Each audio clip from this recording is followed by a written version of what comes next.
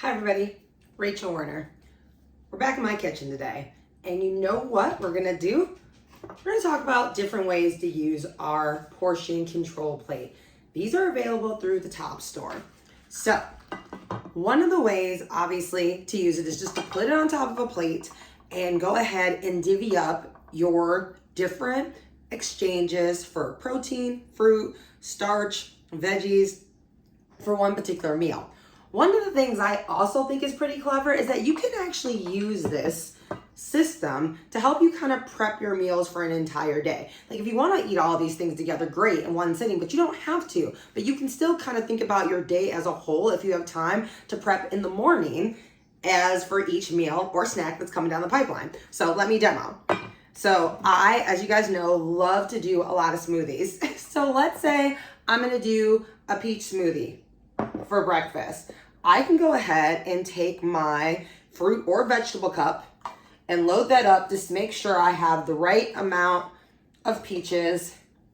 Now, these could also be fresh peaches too, if I just want to use them as a side. Like I'm going to do like toast, avocado toast for breakfast, right? So that's just giving you examples, but we're going to go back to, so look, I have exactly 1 cup of peaches. Now, if I was making 2 smoothies, I could use that as 2 servings.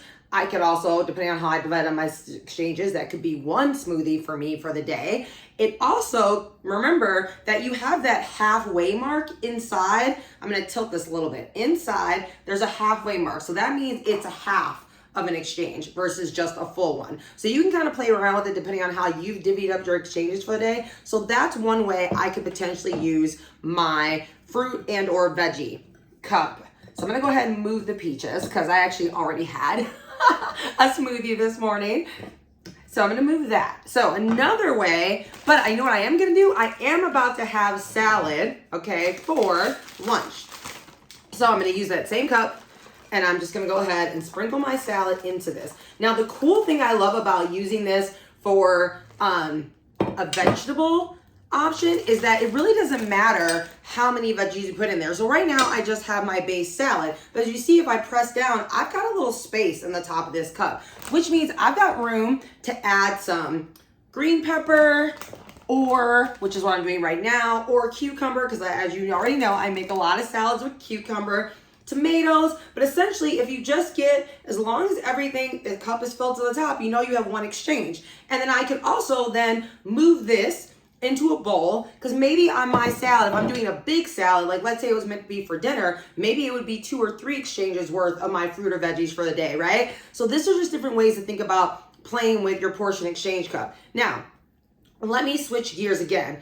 Let's say tonight I was going to make burgers. Yes, I am vegan, but this is a plant-based burger, but it could be a real burger too, right? So I already have it. So one of the things to keep in mind too is that, as you know, when you cook meat, most meat, it's going to shrink some. So sometimes, I'm not saying you have to do it this way, but if you're making things at home, just keep that in mind, because, you know, if I take this right now and I were to put this on my plate, as you can see, that fits perfectly. That burger is like the perfect size, right, for my exchange plate. So I know that is exactly the perfect amount of protein for that. Now, but you don't want to make it bigger. Don't make it too bigger thinking that it's shrinking. So just keep that in mind as far as, okay, which way am I measuring this? Raw, I mean, obviously it's not great to, if you're handling raw meat and using your exchange plate, make sure you wash it off in between. But I just want you to think about that. That's something to keep in mind. So I know my burger is like the perfect size. And then if I want to do that side salad, bam, I know I got my burger ready to go. I got my salad already ready to go. I can even pack that up and put it in another container. Once I cook the burger, I could pack it up and take that with me for lunch to go. So those are just kind of ways to think about it as well. Another option would be, I'm gonna wash my hands for a minute because even though it's plant-based, it was still raw. I touched that. So I'm gonna clean my hands. You just saw me wash my hands. Okay. Another way to think about that is, let's say I wanted to do like let's say I was gonna do a side salad with tortellini, right? Because we've got our starch exchange as well. So I'm gonna put some tortellini in there too. And again, it could be also that I'm packing this up and like pre-portioning out for my dinner, and that the tortellini, I'm gonna like, okay, this is what I'm ready to go. So that when I come home from picking the kiddo up from school, or coming home from an event, or maybe going to the grocery store, picking the dog up from daycare, whatever, that's less thinking for me. Like, I've already got my dinner sectioned off, ready to go. Just got to warm things up and ready to go for the next meal. See, again, side salad, tortellini, okay? And then I could eat it now, or, like I said, it's all prepackaged, put it away, and I'd be good to go for later. So these are just different ways to think about your, oh, one more tip. I almost forgot the tip that I wanted. Speaking of I mentioned kiddos from school. So I actually made some chicken nuggets. Again, these are like plant-based, but it could be regular chicken nuggets. If you're doing kid-friendly meals, same thing. You could take your portion, take that protein, and what you want to be careful with things like chicken nuggets, if you're portioning out for kids or grandkids, is that make sure you put them side by side. Versus don't stack them, because that's not going to give you, so think about your burger. You want to just put them on the plate. See?